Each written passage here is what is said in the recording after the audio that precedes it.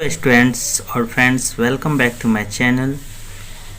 Students, आज हम पुनः सीबीएसई बोर्ड क्लास 9 से रिलेटिव इकोनॉमिक चैप्टर फर्स्ट लेकर आए हैं। और जैसे कि इस चैप्टर का पार्ट 1 मैं ऑलरेडी पढ़ा चुका हूं। आप चाहे तो हमारे प्लेलिस्ट में चेक कर सकते हैं, वहां से स्टडी कर सकते हैं। जैसा कि chapter the story of village Palampur गाँव की कहानी है ये। और आज हम देखेंगे जहाँ से हमें पढ़ना है। देखते हैं फिर। जैसे कि आप देख रहे होंगे यहाँ पर फार्मिंग इन पालमपुर में फार्मिंग मतलब खेती बाड़ी का काम। जैसे लैंड इज फिक्स, और ये बात सच है। फार्मिंग के लिए लैंड फिक्स होना चाहिए, मतलब ज़मीन होना चाहिए। जैसे कि farming is the main production activity in Palampur में जो खेती बाड़ी का जो काम था वह क्या था? मेन प्रोडक्शन एक्टिविटी, वह मुख्य प्रोडक्शन उत्पादन का क्या था? क्रियाकलाप था। 75% of the people who are working for are depend on farming for their livelihood. लगभग पालमपुर के लगभग 75% जो लोग थे वह अपने जीविका को चलाने के लिए वह किस पर डिपेंड थे? फार्मिंग पर डिपेंड थे। दे कुड बी फार्मर्स और फार्म्स लेबरर्स, और वे कुछ किसान भी थे और कुछ फार्मर्स जैसे फार्म लेबरर्स थे, मजदूरी का काम कुछ करते थे। The well being of this people is close related to production of the farms. और ये जो लोग जो थे ये पूर्ण रूप से ये फार्म के प्रोडक्शन पर क्या थे? मतलब कि उससे क्लोजली रिलेटेड थे। अब आगे देखते हैं। But remember that there is a basic constants in raising from farm production. परंतु यह बात सोचने के लिए सोचने वाली बात है कि बेसिक जो कॉन्स्टेंट्स होता है रेसिंग फार्म प्रोडक्शन में थोड़ा सा तकलीफ़ें, थोड़ा सा कुछ दिक्कतें ज़रूर आती हैं। Land area under cultivation is practically fixed. Land जो एरिया होता है वह उत्पादन के लिए, कल्टीवेशन में जैसे कि खेती बाड़ी के लिए, वह एकदम प्रैक्टिकली फिक्स्ड होना चाहिए। सिंस 1960 इन पालनपुर कह सकते हैं सन 1960 से पालनपुर में there has no expansion in land area under cultivation. अभी कल्टीवेशन आएगा इसके बाद।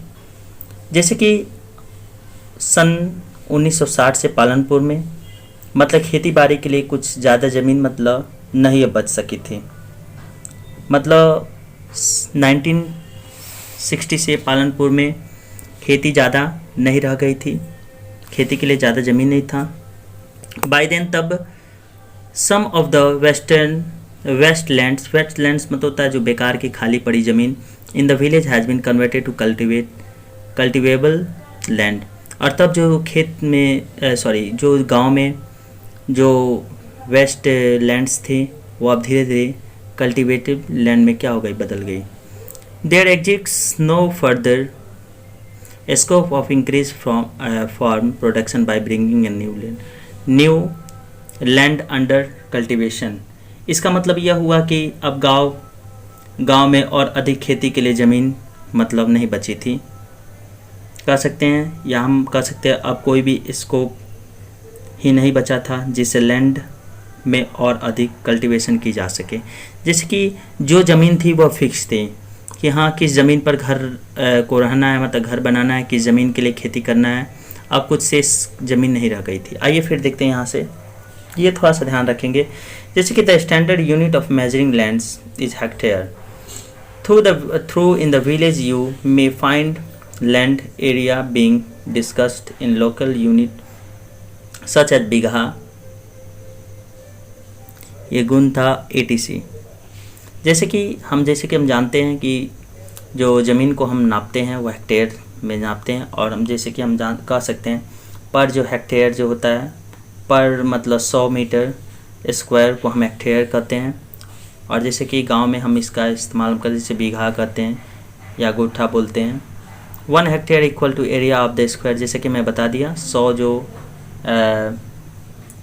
पर 100 मीटर के स्क्वायर को हम क्या कहते हैं, हेक्टेयर कहते हैं।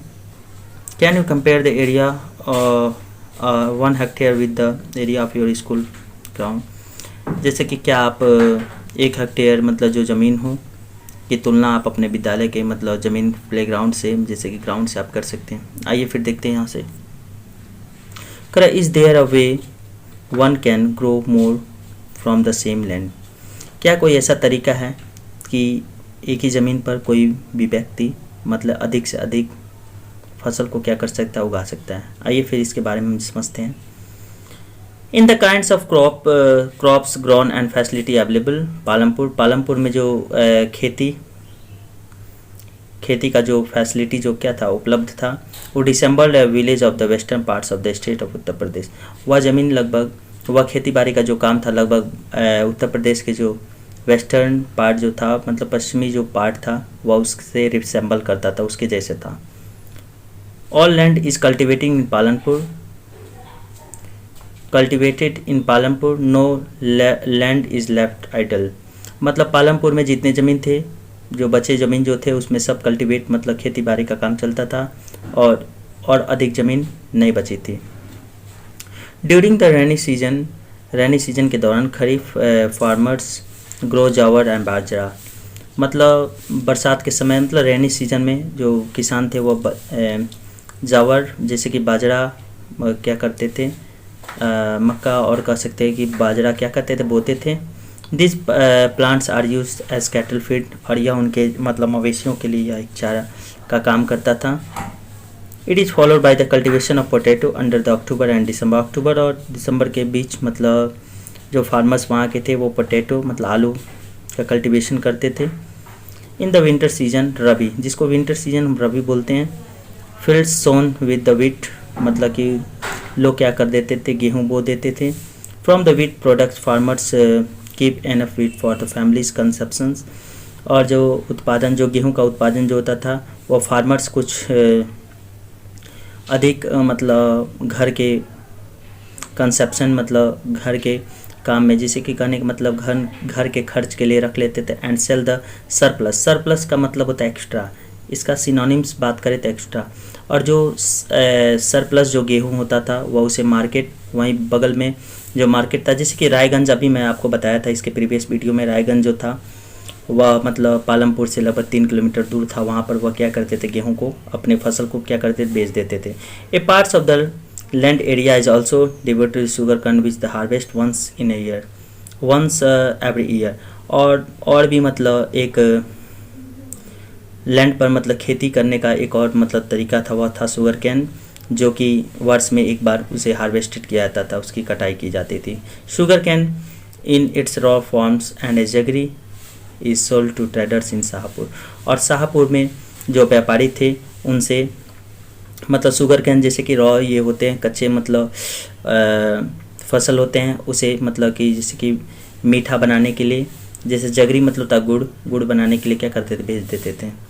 Correct, the main reason why farmers are able to grow the different crops in a year Palampur is due to the well developed system of irrigation, जैसे कि पालमपुर के लोग थे वो अपने फसलों को अच्छी तरह से बोने का उनका ये कारण था कि वहाँ का जो सिस्टम है इरिगेशन, जैसे कि सिंचाई का जो सिस्टम था, प्रणाली था, वह बहुत क्या था, वेल डेवलप था, बहुत अच्छी तरह से विकसित था। Electricity came early to Palampur में जो बिजली थी वह पहले से ही आती थी। Its major impact was the transport the system of irrigation, और जो कि यह सिस्टम इरिगेशन पर बहुत ही मतलब यह प्रभाव डालती थी।